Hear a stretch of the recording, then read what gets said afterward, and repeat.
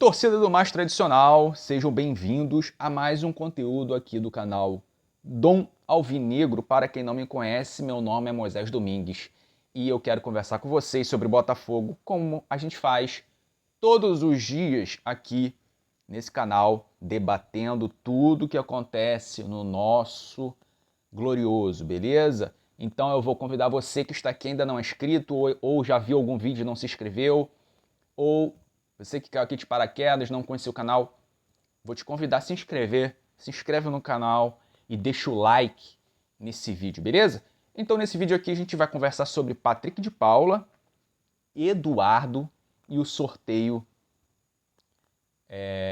das fases preliminares da pré-Libertadores. Bom, pessoal, então vamos começar falando aqui do Patrick de Paula, né? O PK, que a gente não viu entrar em campo nessa temporada de 2023, porque ele sofreu uma lesão gravíssima no joelho esquerdo lá no início do ano, em fevereiro, né? E desde então a gente não viu ele em campo. Ele está nesse período de férias, em reta final de recuperação, e ele diz o seguinte: estou me preparando para estar 100% ano que vem e poder estar jogando.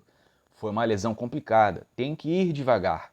Estou fazendo meus deveres, tanto em casa quanto no clube, para estar apto a jogar. Essa foi uma entrevista que o Patrick de Paula deu à rádio Itatiaia. Então, pessoal, ainda não existe previsão de quando ele irá retornar, né, a data exata, mas provavelmente ele ainda não estará pronto para a pré-Libertadores que o Botafogo irá jogar no final de fevereiro. Mas, cara, é um bom jogador. Na época que o Botafogo contratou por 33 milhões, eu não concordei, achei muito dinheiro para dar nele. E, cara, a gente ainda não viu, né, esse dinheiro investido dar resultado em campo, porque quase não entrou, só no passado, né, que ele jogou alguns jogos, e alguns jogos também não jogou bem, alguns jogos foi até razoável. Mas eu ainda torço, né, cara, para que nessa temporada que ele seja importante para esse time, né? Mas eu queria a opinião de vocês. O que é que vocês acham do Patrick de Paula? Ele ainda pode render na próxima temporada? Mesmo depois dele se recuperar, estiver apto para jogar, ele pode ser titular ou ele será ali um jogador para compor o elenco? Na minha opinião, titular, ele não tem vaga no time do Botafogo para ser titular na próxima temporada. Pelo menos essa é a minha opinião. Na minha opinião, o meio-campo do Botafogo na próxima temporada tem que ser o titular: Danilo, Tietê e Eduardo.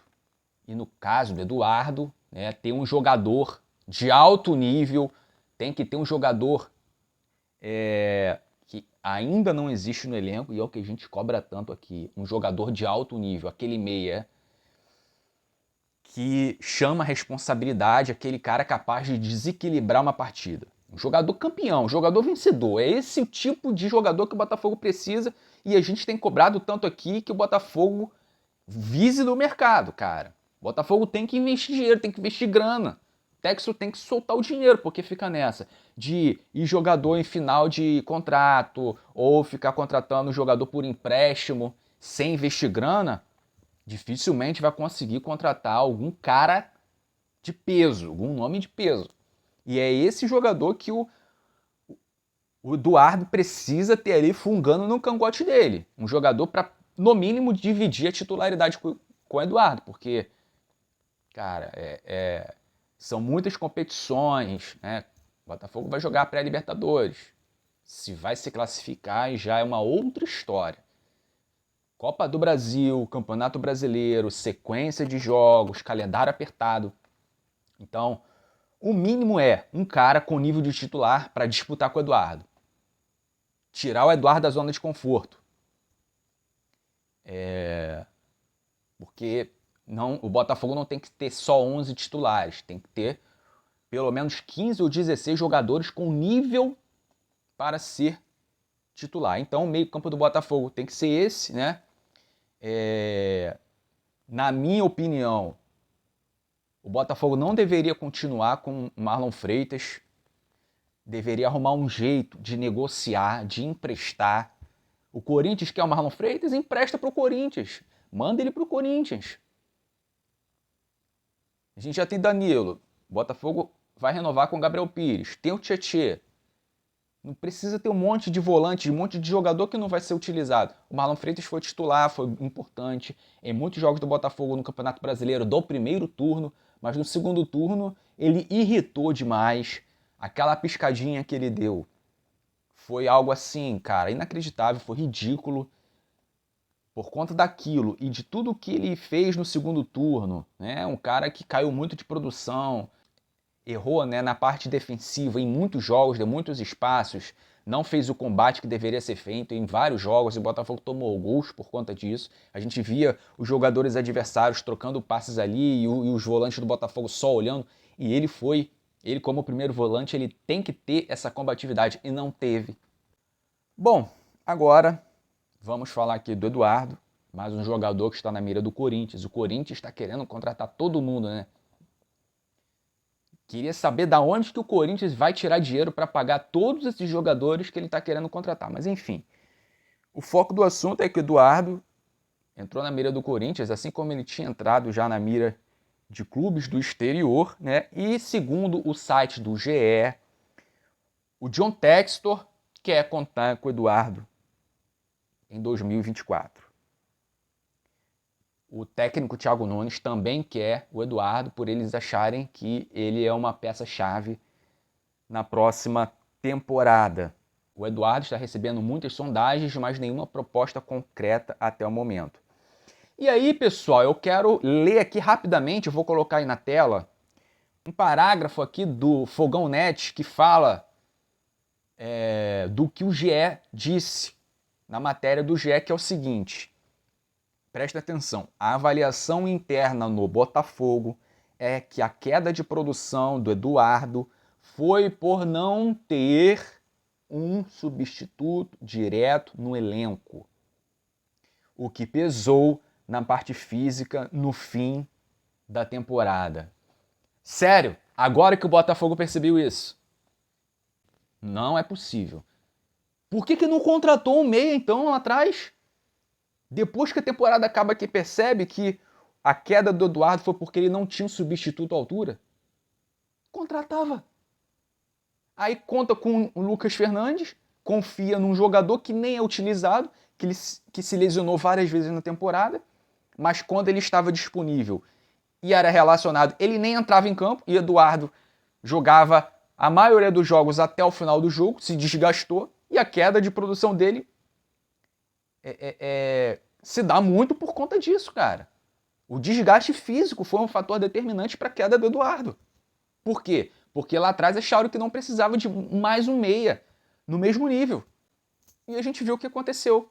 Bom, pessoal, falando agora rapidamente aqui para o vídeo não ficar muito extenso, sobre o sorteio das fases preliminares da pré-Libertadores, da segunda e da terceira fase.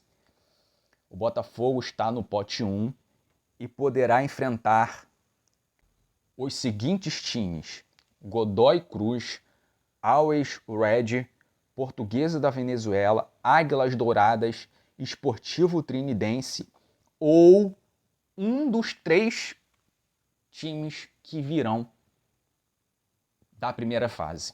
Esse time ainda será definido. O Botafogo, né, está no pote 1 por ser um dos times melhores ranqueados. E o segundo jogo será realizado no Newton Santos, o jogo de volta. Os confrontos receberão números que irão do C1 até o C8, ou seja, confronto 1, confronto 2, confronto 3, até o confronto 8. E já será indicado os confrontos da terceira fase, a última fase, né? Já será definido que o vencedor, exemplo, do confronto 1, irá jogar contra o vencedor do confronto 8. O confronto 2, o vencedor do confronto 2 irá jogar contra o vencedor do confronto 7. O confronto 3 irá jogar contra o confronto 6 e o confronto 4 irá jogar contra o confronto 5. O time com melhor ranking joga a segunda partida em casa. Os 4 classificados vão avançar à fase de grupos. Quem não se classificar irá jogar a Copa Sul-Americana. Então, pessoal, a segunda fase, que é quando o Botafogo irá jogar a pré-Libertadores, ela acontece entre o dia 21 e dia 28 de fevereiro. Esperamos que o Botafogo tenha um time minimamente competitivo até lá, em que surjam contratações, jogadores que venham e vistam a camisa, jogadores que encorpem esse time titular. O Botafogo precisa contratar jogadores para serem titulares, a linha defensiva inteira, um goleiro, um ponta direita, um meio armador para disputar com o Eduardo e um ponta esquerda para disputar com o Vitor Sá. É isso que eu queria falar com vocês. Deixa o like e se inscreve no canal. Eu fico por aqui, a gente se vê no próximo vídeo. Tchau!